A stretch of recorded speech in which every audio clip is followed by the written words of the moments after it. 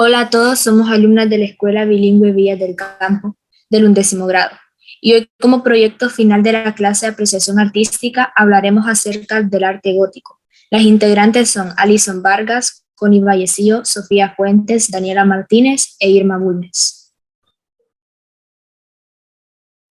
Introducción. El arte gótico es un estilo artístico que nace en Europa. Este se ve reflejado en muchas obras y se puede decir que ha dejado un legado que ha pasado a la historia.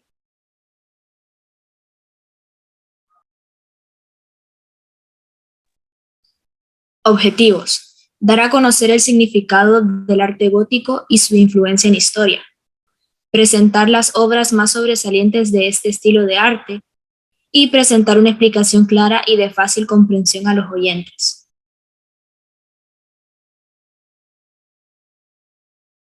¿Qué es el arte gótico? Es un estilo artístico que predominó en la arquitectura religiosa, escultura y pintura de Europa entre el siglo XII y el siglo XV, hasta el surgimiento del movimiento cultural del Renacimiento. Se considera la Basílica de la Abadía Real de Saint-Denis en Francia como el primer monumento catalogado de estilo gótico. Esta fue construida a partir del 1140 por Suger, el abad o superior de este monasterio, considerado el impulsor del arte gótico. El arte gótico fue valorado recién a partir del siglo XIX después de Cristo y fue considerado muy imponente.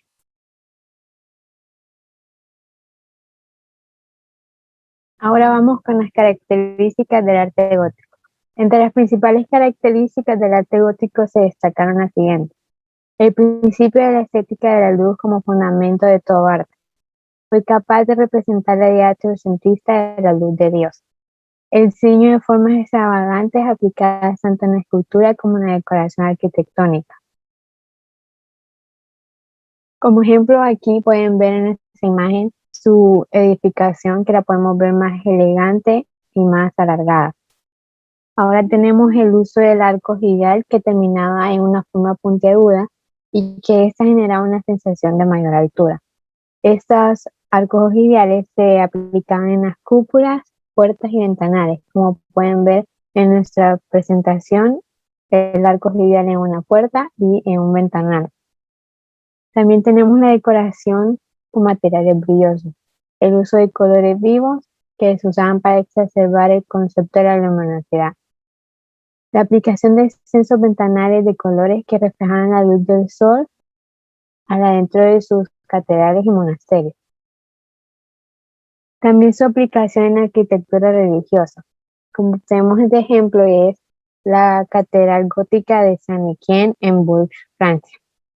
También hacían la aplicación de innovadoras técnicas de arquitectura que permitieron alcanzar el estilo único de techos más altos, arcos abordantes y sus extensas paredes de gritales. Como podemos ver en esta imagen, se pueden apreciar sus ventanales, sus techos altos y los arcos ojivales.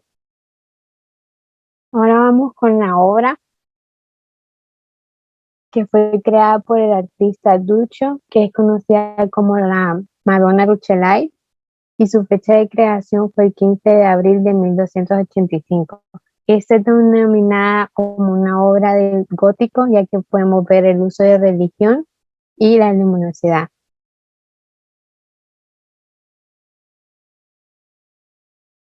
Ahora vamos con los periodos del arte gótico.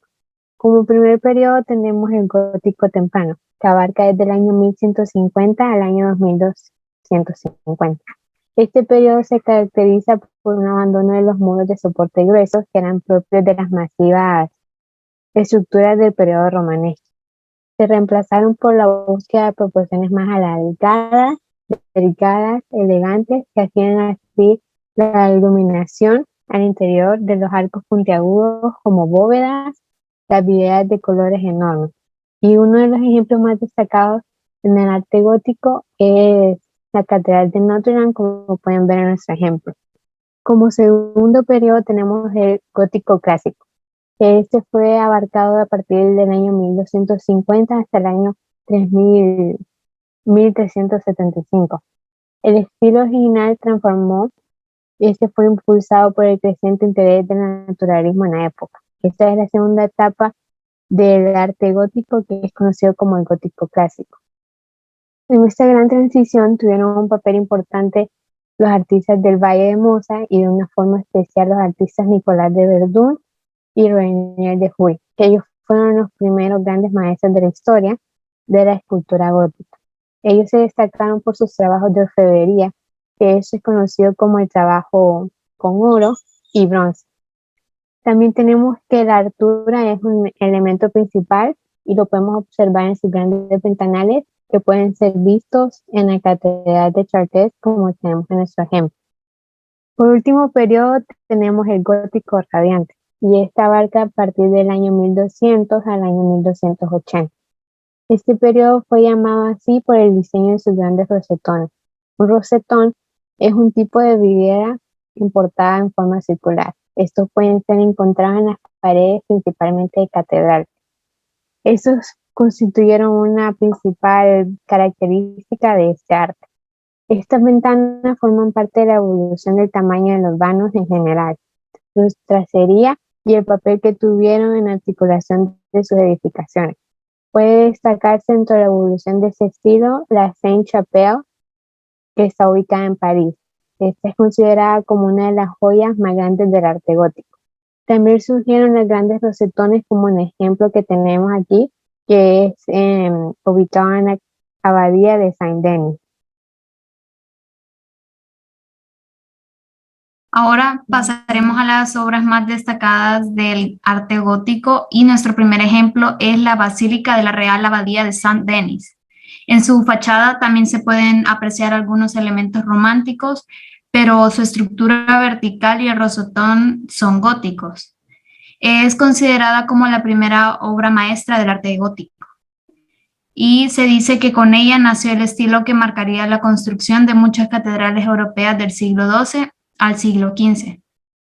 En 1140, Suger, abad de Saint-Denis y también consejero del rey, decidió agrandar la iglesia inspirándose en el nuevo estilo gótico y ya con una idea precisa, que era hacer que la luz, el cual es símbolo de lo divino, entrara en la iglesia. En esta y otras catedrales, la utilización de la bóveda de crucerías y de las columnas les permitió abrir ventanales con vidrieras e iluminar así el interior. En esta basílica, en las vidrieras están representadas las vidas de Saint-Denis, la de los papas y la de los reyes y las reinas de Francia. Nuestro segundo ejemplo es la Catedral de Colonia en Alemania.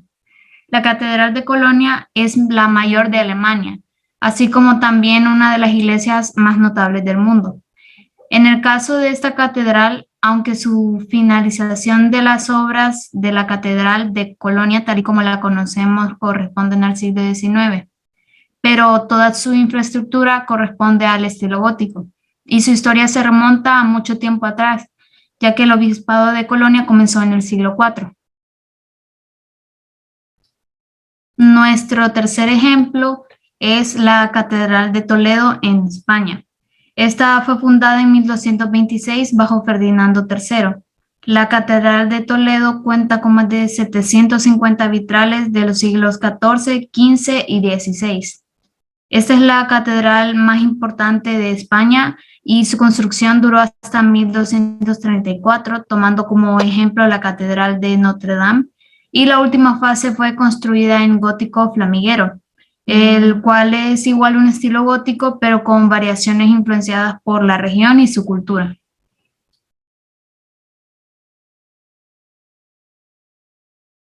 Como otros ejemplos tenemos la Catedral de Salisbury en Inglaterra. Esta catedral está aislado de edificios, situado en vastos espacios verdes. Esta es la diferencia de las catedrales góticas del continente, que suelen rodearse de casas y tiendas junto a las iglesias, generando cierta jerarquía. La Catedral de Salisbury es una joya medieval que data de 1258.